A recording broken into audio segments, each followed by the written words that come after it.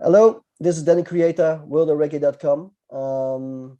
Today we have a very special online meeting. Joining me today are the Honorable Minister Olivia Grange, the Minister of Culture, Gender, Entertainment and Sport in Jamaica for the past 6 years, if I'm right. And also joining is Her Excellency Ambassador Symone Betton Nayo from the Jamaican Embassy in Brussels. Minister Grange, first of all, thank you very much for joining in your busy schedule and sharing your precious time with us. I would like to ask you the first question. It is Reggae Month in Jamaica, and a lot of activities in Reggae Month are unfolding. How is the feedback so far?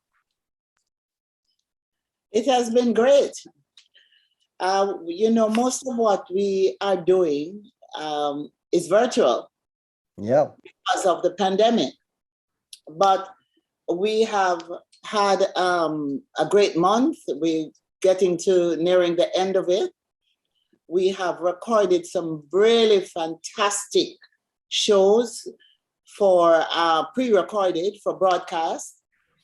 The last one being a sizzler with a 35-piece orchestra. And we're going to have a watch party on Saturday night at the Pegasus. It's being streamed virtually. And we're going to ask everyone to tune in. And we also had Reggae on the Pier, headlined by Beres Hammond. And we had Chris Martin, Romain Virgo, Marcia Griffiths, a number of Jamaican artists. And a big legend. Yes. Mr. Derek Morgan. Yes. So we're going to have a watch party on Sunday, and that too will go virtually worldwide. And we have a full month of activities, and everything is carried on YouTube as well.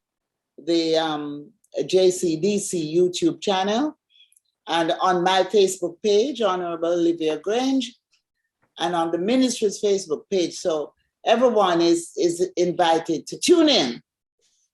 Tune in to the longest reggae festival, the only month-long reggae festival in the world. Yes. Yes. You already talked about the whole the virtual shows and everything. Because of COVID, the COVID-19 pandemic has significantly impacted the reggae music industry, of course. What measures have been put into place to support the sector, and how do you see it recovering after COVID? Well, it has hit the entertainment sector real hard. Yeah. The entertainment, culture, and creative sector. We are quite concerned about how it's going to impact in the long term, and the fact that we're going to have to find creative ways of building back the sector. All our artists do normally tour. Yeah. They couldn't tour. Entertainment is something where people interact on a very personal level. And all of that had to stop. And Jamaicans are people who naturally love to have fun, love to interact, love to show love, and that kind of one-on-one. It has been very difficult. So the government has provided funding through a program that is called the CARE program. Mm-hmm. And in addition to the support that has come from the Ministry of Finance directly to the entertainment sector, my ministry has also been provided with funds. And we have used the opportunity to provide funding to individuals in the sector. Okay. Right down to the man who lifts the box, the guy who does setup. we have been able to give them small grants. But while we're doing that, we are also able to put a little bit more structure in the sector, because one, when they look at the music industry in particular, they see it as an informal sector. Mm-hmm. And so we have been able to create what we call an e-registry. And persons in the sector, one, to get the funding support, they have to be on the e-registry. Oh. Once they register on the e-registry, they're also able to access certain tools of trade duty-free. And they can get support for tours and so on. But in addition to that, they have to become members of a sector organization.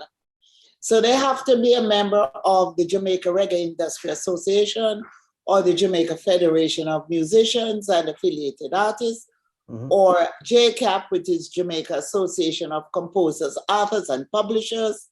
They have to be members of the Jamaica Vintage Artists Association or some other sector organization, such as there is an organization that treats with dancers, mm-hmm. with the performing arts and other areas. So it has also put us in a position from a negative situation.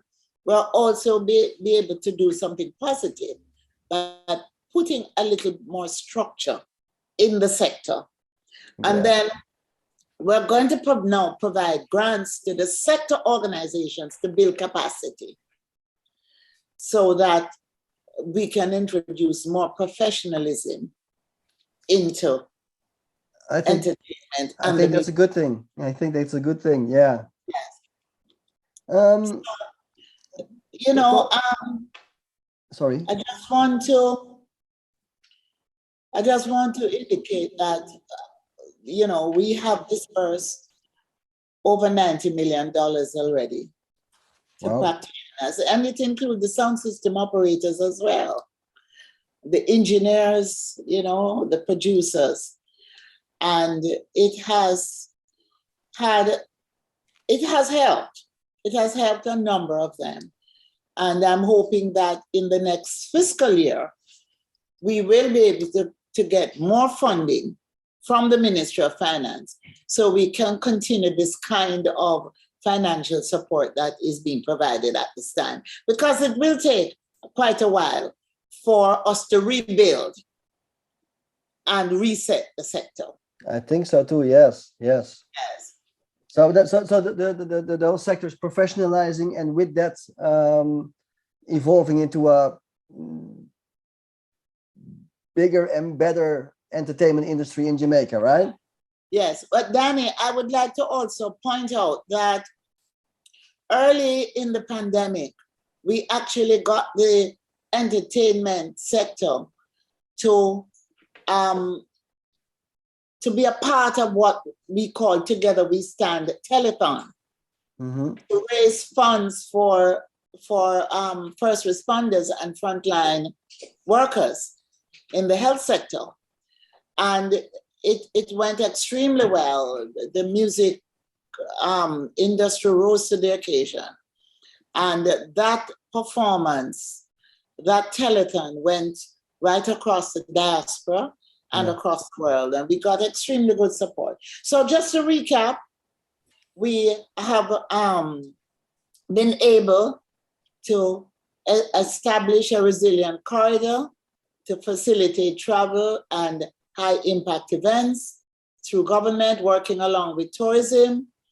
And we have been able to give funding to the entertainment sector to assist in relieving the difficulties that they have had during this period.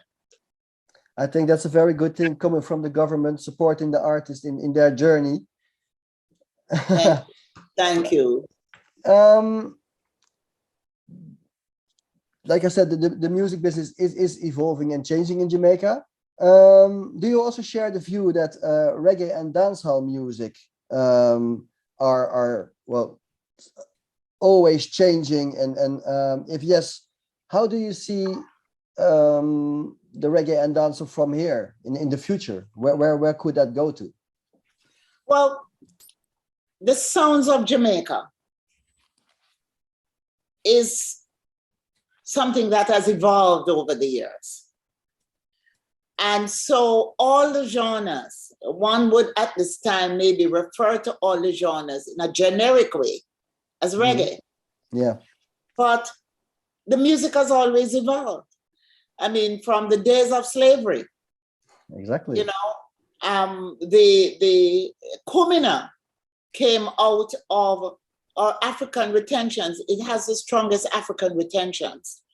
And really, the reason why it has the strongest African retentions, because really the Africans who came to Jamaica, they were able, they didn't come as enslaved people. They came as Africans and they were able to practice Kumina and the various elements of what it was to worship. Then there is revival, which really came out of the persons who came as enslaved, and they mixed Christianity with it. And so revival is more Afro-Christian worship. And then we have the early pop, which is mento. Some people see mento as calypso, but calypso is not Jamaican. Mento is Jamaican. And the social commentary came through mento and was quite a popular music in that era. And then out of mento, we evolved into ska and rocksteady.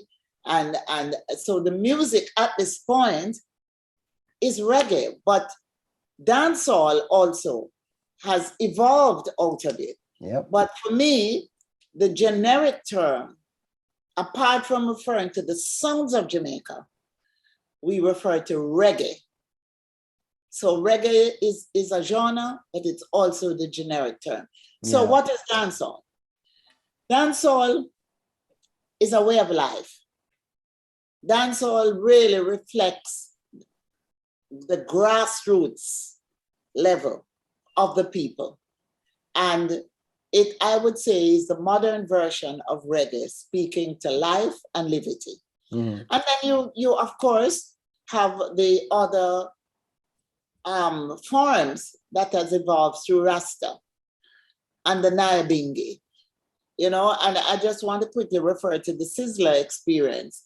So what we had a mix when we did the 35-piece orchestra was here is Sizzler, and it's a fusion of Nyabingi, dancehall, reggae, and classical music. Sounds good. And that fusion is gonna be mind-blowing when you all sit and watch it on Sunday night. I cannot wait. I cannot wait. So what is the future? As technology is introduced more and more into the music, because you must remember now, originally the rhythm, and I say rhythm, not rhythm. Yeah, rhythm. Rhythm, which is the heart of the music and the base of the music. We have moved from creating a rhythm in revivalism with the stomping of the feet and the guttural sounds that come out of traveling in the spirit, so to speak, by the revivalists. That rhythm was there. And the talking on top of the rhythm in revival, you can link it directly to dancehall, talking on top of that rhythm and toasting. Yep. And it's the same vibe. So what you will find is that it's a evolution, it evolves, but it's also a revolution. And it's also recycling. And the more you genre is, the more you find you're going back to roots. It's quite an interesting studied, it's an interesting mix, and it's an interesting experience. Even the dance movements, you can relate it to the roots, but it's also a new way of expressing the culture and the creative expressions of the people. So the future is going to be a great mix of what is the roots, what technology introduces, because now you end up with a great song that is programmed from a machine and digitally, as opposed to acoustically using the drum and the bass. But you will never get away from that, but it will be a mix and a fusion of the roots and the new ways of creating music. And the younger generation is going to use technology and the roots of the music to create even greater experiences. Yeah, because there's a lot of creativity in Jamaica. Later on today, or in this stream, I'm going to talk to Dr. Sonia Stanley Naya, and Yes. she will probably elaborate a little bit more about the part that you are talking about right now. Yes. Music is also, like, maybe, now I don't want to say the #1 export product for Jamaica. There's a lot of export products, of course, but it's a very big one. What have been some of the policy measures implemented by the government in support of reggae music, given its importance as one of Jamaica's key economic exports? Well, first I must say to you that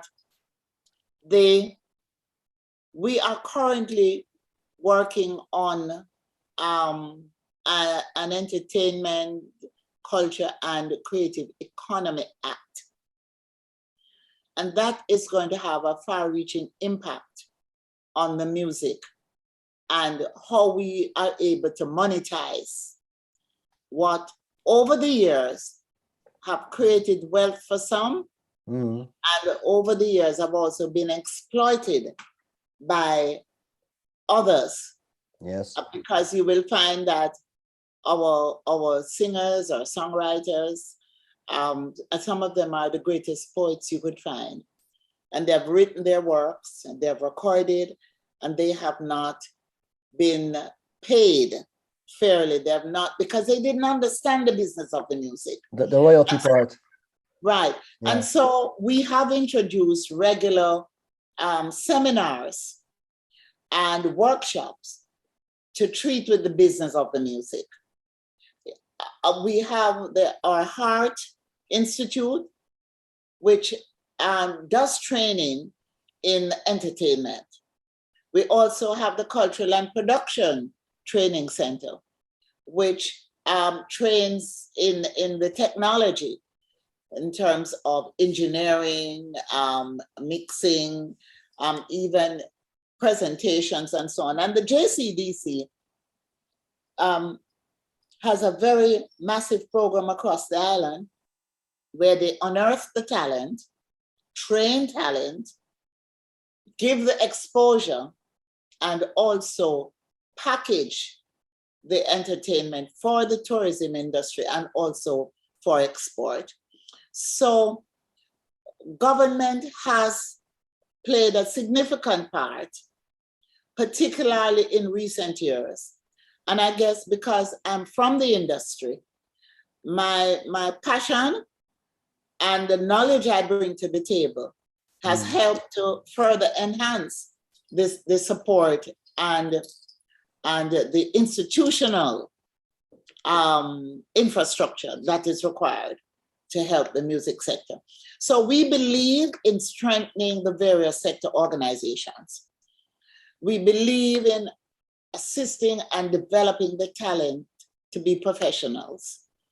And we believe in ensuring that their rights are protected, that the copyright legislation is in place and is updated reviewed and updated on a regular basis. We recently signed the Madrid Protocol, which now ensures that even in relation to trademark,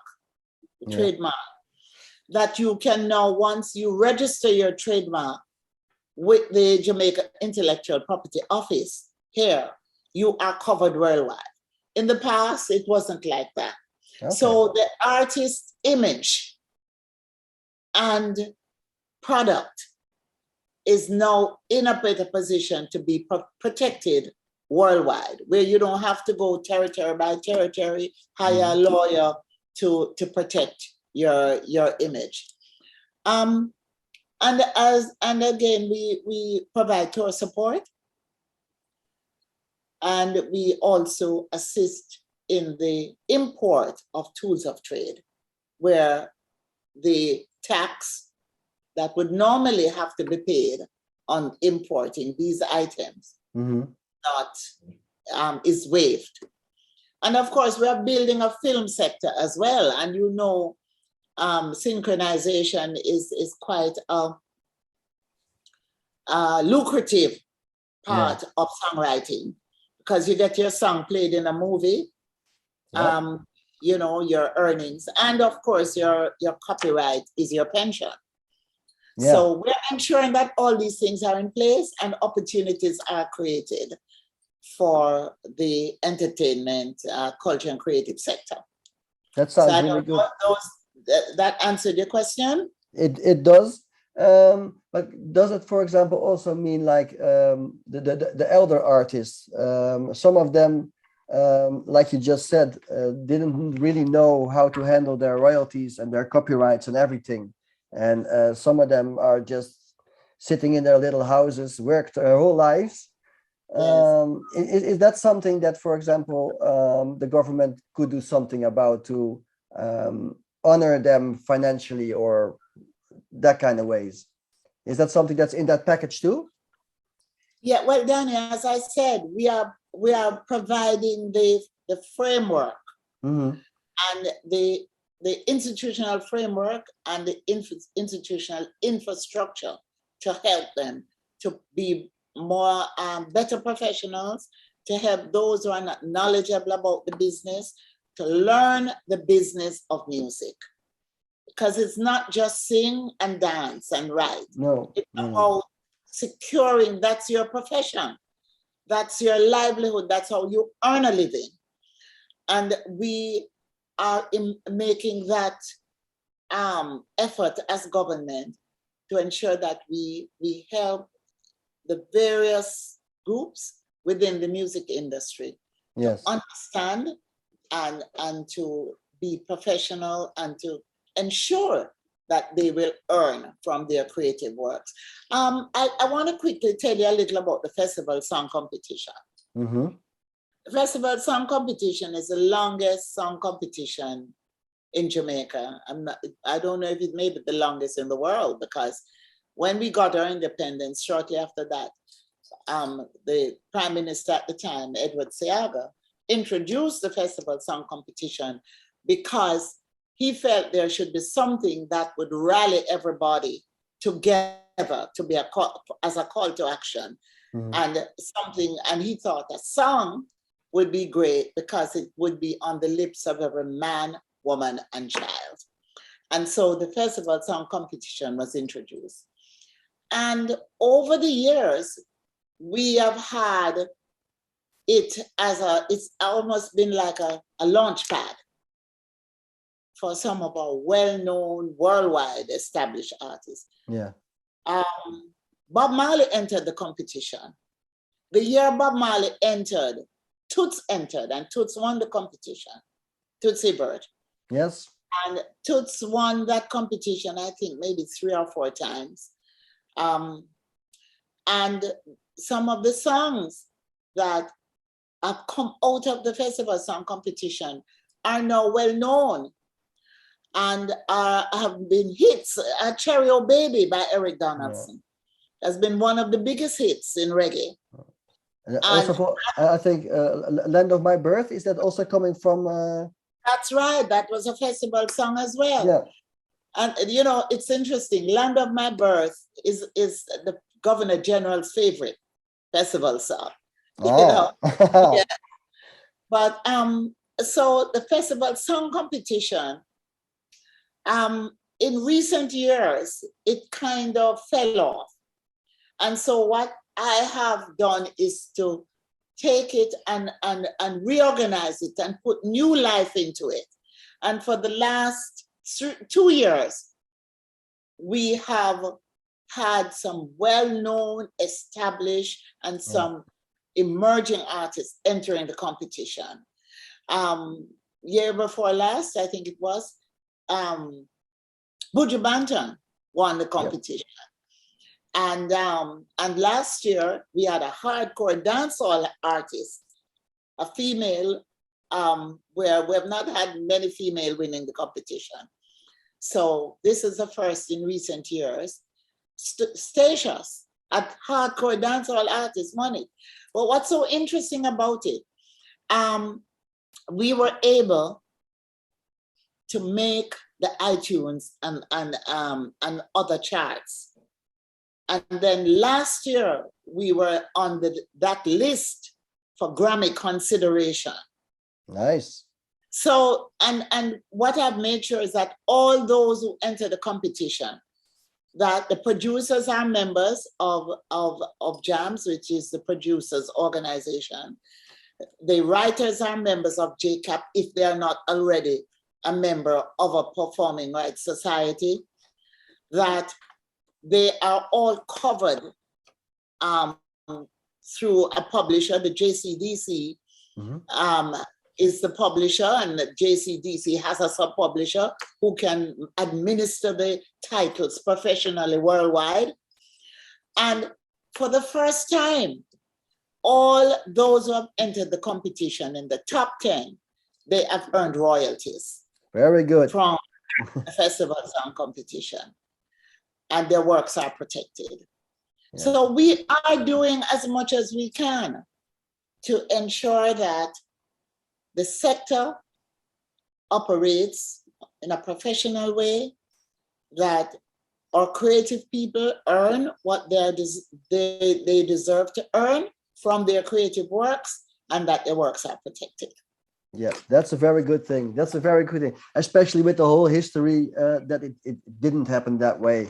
So that's very good. That's right. And there are a lot of royalties, Danny, there are a lot of royalties that are either in escrow because of disputes, or there are royalties uncollected because they can't pay the writers and the performers. And so I'm engaging the major record companies internationally who have signed reggae artists over the years. There are some persons who are passed, but their estate should benefit. So that's another major step that I'm doing as the Minister of Culture, to see how we can harness all of those funds and to find persons who need to collect their royalties but have been unavailable or inaccessible, unable to reach, and to see how their estate, those who have passed, can benefit. So this is a major move that I'm making, and hopefully we will be able to realize that during this year, when we celebrate our 60th anniversary of independence. I hope a lot of artists and producers will utilize it. Yes. Well, I think I have good support from the sector. I think the respect is there, and they know that I have their interests at heart. Yes, I think they do know. Yes, and we do work. We work together as a team. Yeah. Yes. We just spoke about the export. That makes me also want to go to the ambassador for a second about the import. As you are based in Europe, do you view the European market as a viable one for the promotion of Jamaica's cultural goods, products, and services, such as reggae music? You're still on mute, by the way. Thank you very much, Danny, for that question. It's really a follow-on. My response would be a follow-on to the point Minister raised about the the importance of the export market. Minister mentioned the impact that the pandemic has had on the artists and the performers, on their ability to move. The export market is very important, very critical, because the livelihoods of the performers, the artists, depend on the export market. The European market is indeed a viable, a lucrative one. It's a huge market, and there's a demand for that kind of product that we export for reggae music. The market comprises 450 million consumers with a number of festivals, and these festivals are of strong interest and importance to our artists. They participate in them, and prior to the pandemic, in the pre-pandemic period, were actively engaged in these festivals, including in Belgium, in Germany, in the Netherlands, in Spain. And we're very happy to note that in the post-COVID period, and we can, I suppose, refer to it as such, in that the signs suggest that we're emerging from the pandemic in terms of the impact has been lessened. That some of the festivals, there are signs that there will be reopening for the summer, the large summer festivals, for example, the Reggae Hill in Belgium. It's a very huge festival, I understand, will be staged from the 4th to the 6th of August. And I understand that some of our artists will be participating in that festival. There are others in Germany, in the Netherlands. And so we are very pleased that those festivals will reopen, and that our artists will be able to move to ply their trade, because as I mentioned, they depend on the export market, and the European market is an important one. European consumers love reggae music from the size of the festivals, and when you visit, you see that it's really European consumers, and I mention consumers because they are really consuming the service that we provide. So yes, it is indeed a market of interest, and we're pleased that what Minister mentioned about the support measures at the national level. And we have also, in the import market, I would say the export markets, we're exporting it to Europe, that we have also been lobbying for more favorable arrangements to be put in place to facilitate the movement of our artists. So we hope that many of them will be able to participate during the summer festivals in Europe. Yeah. So you see it also as a Jamaican cultural service, right? Could you elaborate on that concept? Yes. Well, many persons perhaps don't see it as an export, because it's not a tangible product. It's an intangible product, isn't it, Minister? The music, it is intangible. So you don't see it. So when you export a product, you purchase some Jamaican products, and you receive it at the end, the other side of the market, and you can feel the physical product. The music, unless it is in a different form, like a CD form, where you could say it's a product that you have consumed. But the actual music, when an entertainer moves from Jamaica to Europe to perform on stage, he's actually exporting his service. He's providing what is called entertainment service. Right. He's providing entertainment. And that's why I refer to the European patrons, those who go and listen to him when he's performing, when they're performing at these festivals. The persons who are there, they have purchased their ticket and they have gone to consumer service, which is entertainment. Similar to any service where you go to the doctor if you're sick, and the doctor looks at you, the doctor is providing medical service. If you are in need of entertainment, or you like Jamaican music, you go to these festivals, you're actually consuming a service that a Jamaican is providing, which is entertainment service. So so we look at it from that perspective, and it's tradable. And because it's tradable, it's an export. So we're exporting it to Europe, and so we benefit from that economic activity. Yes. Right. Reggae. Danny? Yes. Minister wanted to add a point. Yes. Just the fact that we are putting greater effort in data collection Yes. ensure that the value of the entertainment, culture, and creative industry sector may not only be identified, but quantified and tracked to inform policy decision making, and also to be able to quantify its contribution to economic development. And so we will be able to provide empirical data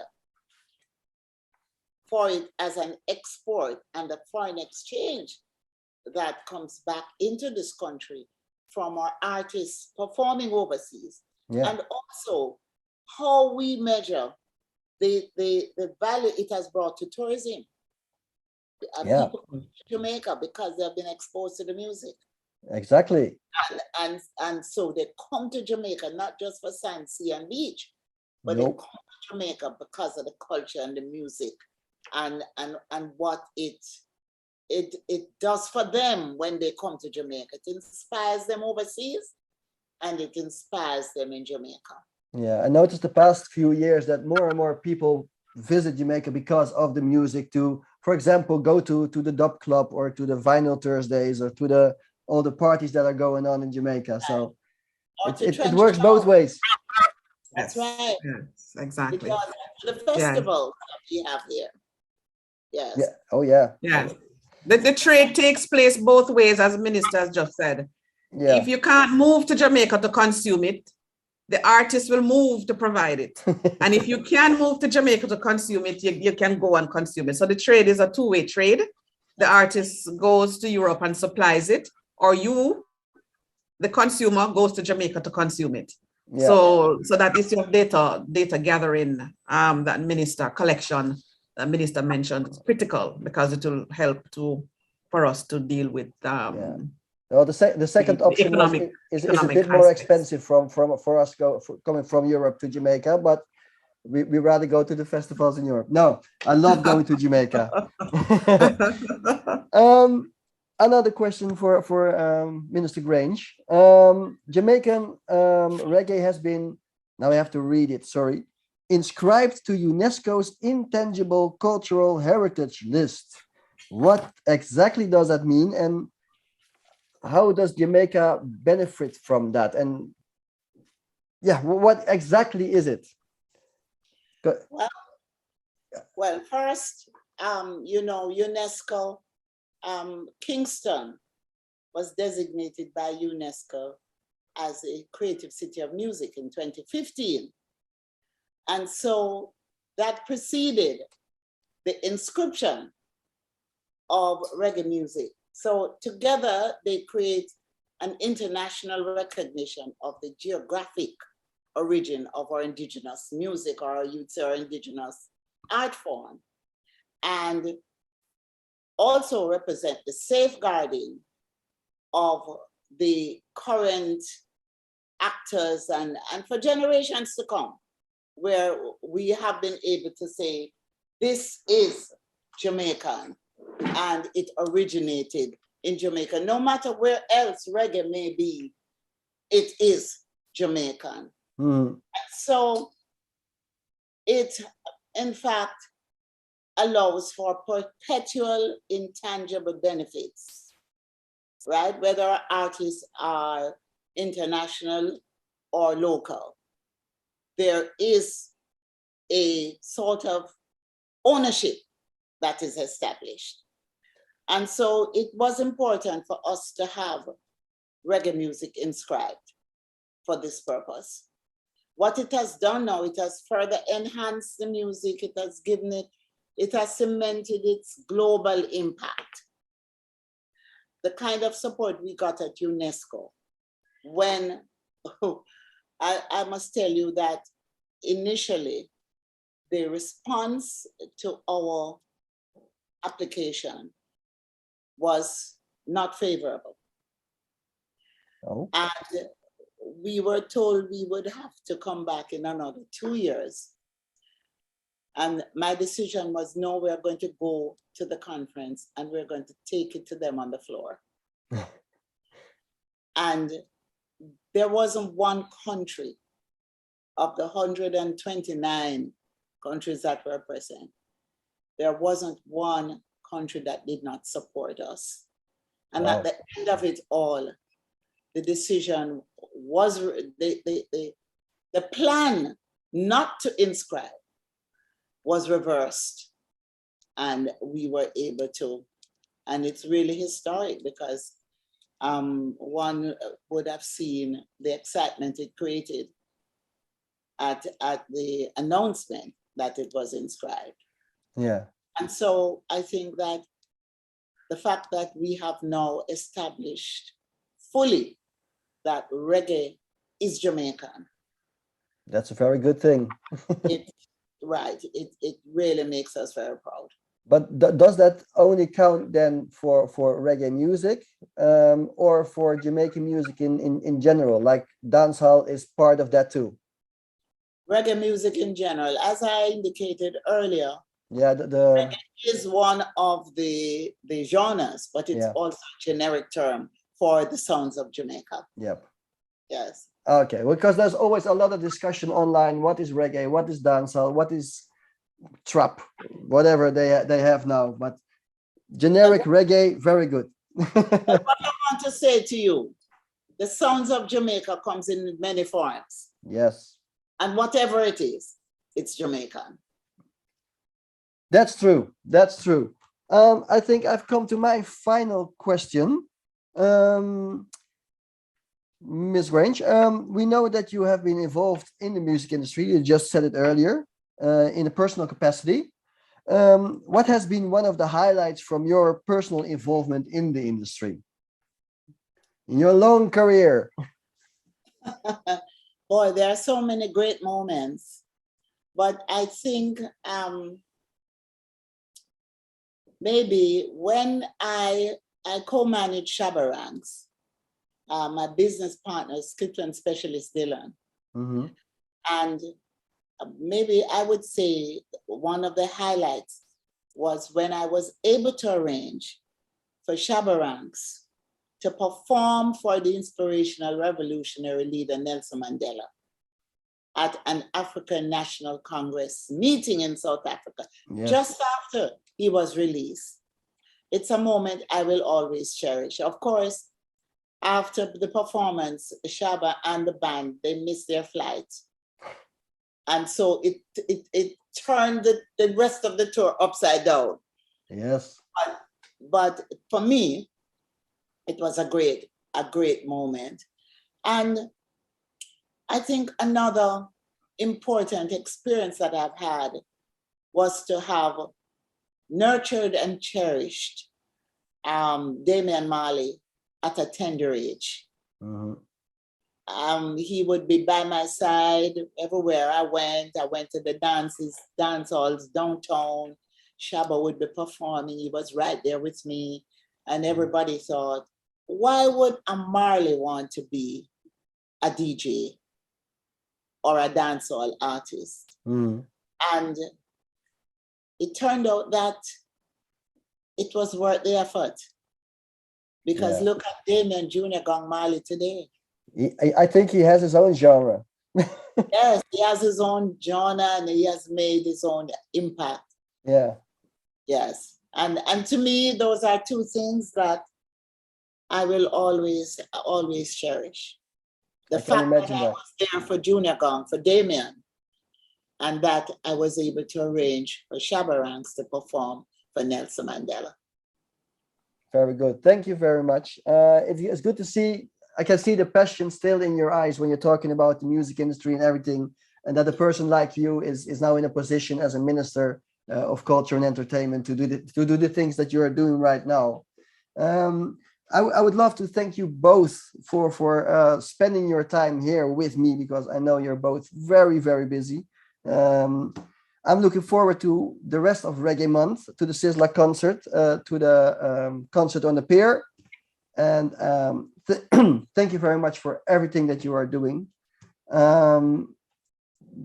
Right after here, for the people that are watching, don't go away yet, because we're going to talk to Dr. Sonia Stanley Naya, and Mr. Herbie Miller about the evolution of reggae and Jamaican music. Once again, thank you very much. Thank you. I hope you've been watching all the virtual offerings that Yes, have been coming out of Jamaica for Reggae Month. yes, and we also restreamed a lot. So Thank you.